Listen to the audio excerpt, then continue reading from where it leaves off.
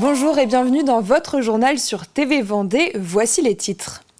Réduire sa facture d'électricité tout en réduisant son empreinte environnementale, c'est possible, notamment grâce au photovoltaïque. Alors pour inciter les habitants et les professionnels à se lancer, la communauté de communes Challengois a décidé d'organiser le mois du solaire du 12 au 24 mars.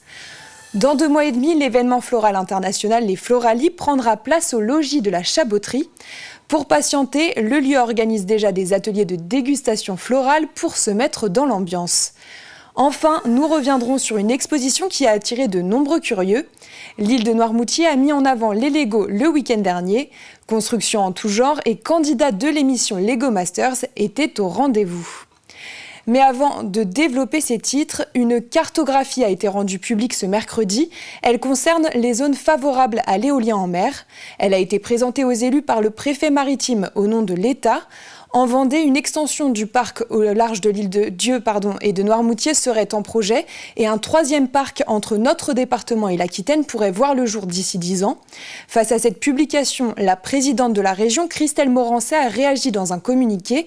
Elle dénonce un manque de concertation avec les élus qui envenime un débat public déjà très mal engagé. Elle évoque une provocation de la part du gouvernement. Le président de l'AVEL, Yannick Moreau, a déclaré sur X que les élus du littoral ne laisseront pas le paysage vendéen être pris en otage par un 2e parc éolien près de nos côtes. Tout autre sujet, la communauté de communes Challengois organise la première édition du mois du solaire.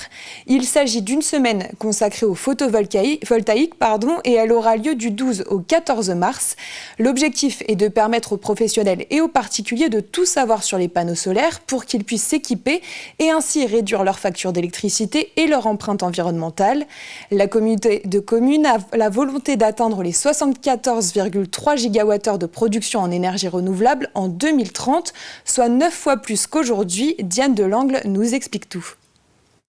Je me trouve au siège de Challengois Communauté où ici se prépare le mois du solaire. Pour en parler, je suis avec Alexandre Huvet, le président de Challengois Communauté. Bonjour. Bonjour. Alors ce mois solaire, qu'est-ce que c'est ? Le mois solaire, c'est au mois de mars, un temps fort pour inviter l'ensemble des particuliers, des professionnels du territoire à monter des projets de panneaux photovoltaïques s'ils hésitent, s'ils doutent, si au contraire ils ont juste des interrogations, savoir en quoi ça consiste, savoir comment ça se finance. Ce mois du solaire se fera en 2 parties. Un temps fort pour les particuliers et 2 temps forts pour les professionnels. Oui, un temps fort pour les particuliers, le 23 mars, donc venez nombreux de 9h à midi avec l'intervention de l'association Élise avec qui nous travaillons régulièrement et aussi l'association de Solaire Côte de Lumière pour parler de ce sujet et démocratiser. Pour les professionnels, c'est le 12 au matin et le 20 en fin de journée. Et pour les professionnels, une aide leur sera apportée en cas de choix de s'équiper. Oui, alors pour tout le monde, il y a l'aide de l'État en fonction des poseurs agréés. Pour les professionnels, nous avons mis en place un dispositif pour les accompagner s'il y a des études de structure qui sont nécessaires pour soutenir les installations photovoltaïques, parce qu'on sait que des fois, il faut faire des renforcements de charpente ou si c'est un projet d'ombrière, il faut s'assurer que la structure du sol permet d'accueillir les dispositifs. Et donc, Challengois Communauté soutient à hauteur de 50% ces études dans une limite de 3 000 €. Et rapidement, il est aussi possible de s'informer sur le sujet tout au long de l'année. Tout au long de l'année, Challengois, via un marché qu'elle a mis en place avec l'association Élise, accompagne les particuliers. Des permanences sont mises en place toutes les semaines, soit à Beauvoir, soit à Chaland. Vous vous inscrivez sur le site de la communauté de communes. Il y a un rendez-vous flash de 10 minutes pour prendre contact, pour voir quel est l'intérêt, les motivations.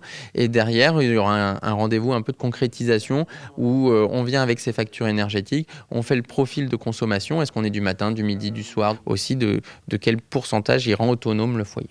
Merci beaucoup Alexandre Huvet. Nous savons maintenant tout sur cette première édition du mois solaire. Les aides-soignants manquent sur le territoire des Herbiers. Pour remédier à cette problématique, le CCAS de la commune, en partenariat avec l'Institut de formation d'aides-soignants de Cholet, a annoncé l'ouverture d'une formation innovante aux Herbiers. Cette antenne se trouvera dans l'EHPAD à la Clairefontaine, donc au plus près des besoins. 12 étudiants seront accueillis dès la rentrée prochaine pour 6 mois d'alternance entre cours et stages, et tous les profils sont les bienvenus. Alors c'était important pour nous d'ouvrir cette formation puisque ça répond à un besoin de notre territoire. On a besoin d'aides-soignants, on a besoin de personnes qui soient formées pour pouvoir accompagner nos aînés. Et en l'occurrence, le faire au plus près des besoins était parfaitement logique. Donc c'est ce que nous avons fait.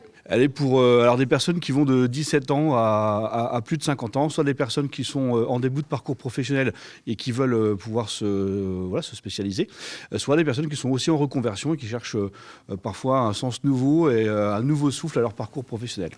Découvrons à présent un atelier comme un avant-goût des Floralies internationales.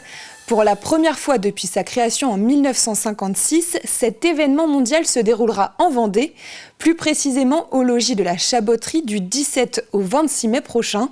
2 mois et demi avant ces Floralies, le logis de la Chaboterie se met au parfum. Pendant les vacances, plusieurs activités sont organisées et notamment un atelier de dégustation florale. Mimosa, marguerite, ail des ours et j'en passe, de quoi voir son jardin différemment.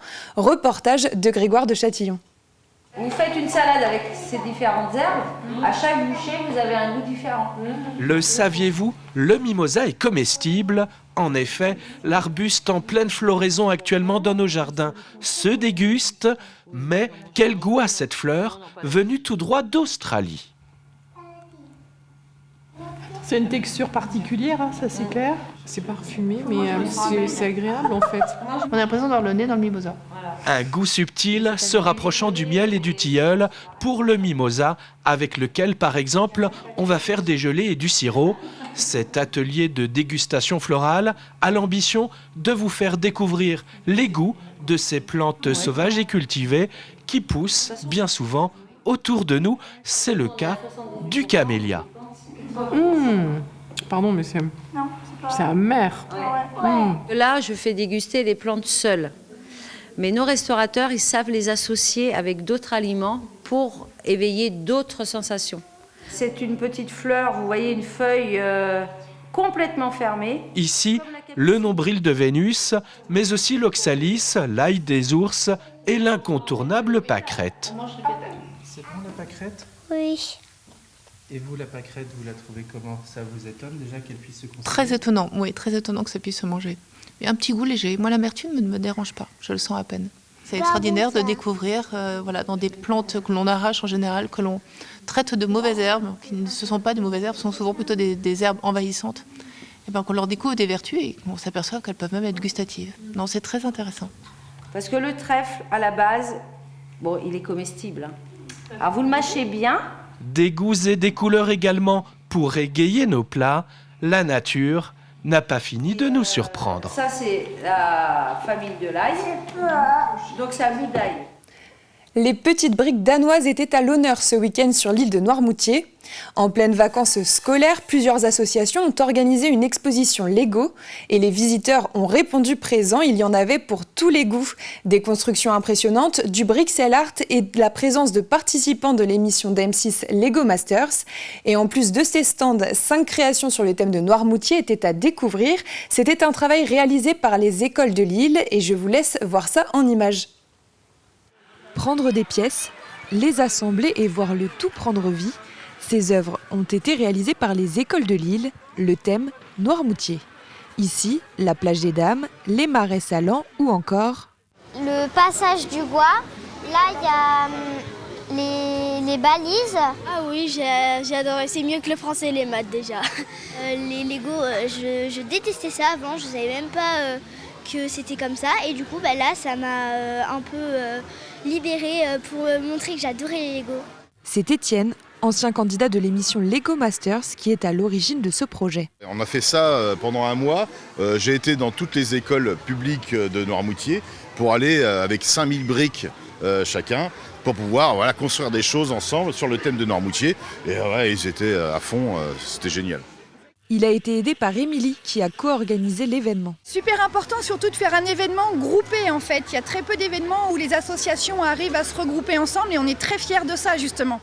La Tour Eiffel, une fête foraine animée, un aquarium coloré ou encore un monde intergalactique, les Lego étaient à l'honneur sous toutes leurs formes. Et il y avait des guests venus de Suisse. Eric et Alex ont présenté l'œuvre grâce à laquelle ils ont remporté la saison 2 de Lego Masters. Alors elle a été faite en 25 heures à 2, on estime qu'il y a environ 25 000 pièces et le but était de faire un rappel à un peu à notre pays, donc la Suisse, et ça, entre guillemets, son repas national, donc la fondue au fromage.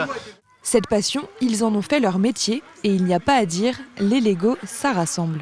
On voit que les grands-parents en ont eu, les parents, puis maintenant les enfants et peut-être même les arrière-petits-enfants. Donc c'est vraiment, c'est comme deux briques qui s'assemblent au final, c'est très rassembleur. Une première édition qui a attiré plusieurs centaines de curieux. Nul doute que l'exposition reviendra sur l'île. Et on termine cette édition avec le Marais breton vendéen comme vous ne l'avez peut-être jamais vu. Fabrice Caez, ce photographe vosgien, est tombé amoureux de nos paysages en 2021. Et après avoir effectué 8 séjours pour photographier les oiseaux du Marais, il a décidé d'en faire un livre. Alors pour le présenter, il a exposé 27 photos à Bouin le week-end dernier. Hibou des marais, busards, passereaux, des espèces qu'il a pu observer et photographier sous tous les angles. Nous lui avons donc demandé ce que ce marais avait de particulier. Un mélange d'eau douce et d'eau salée, donc chacune attirant des espèces différentes. Il y a des oiseaux qui ne fréquentent que le marais doux, d'autres que le marais salé. Il y a des interactions entre la mer et l'intérieur des terres, entre la mer et le marais. Il y a des oiseaux qui, à marée basse, se nourrissent en bord de mer et à marée haute reviennent dans le marais.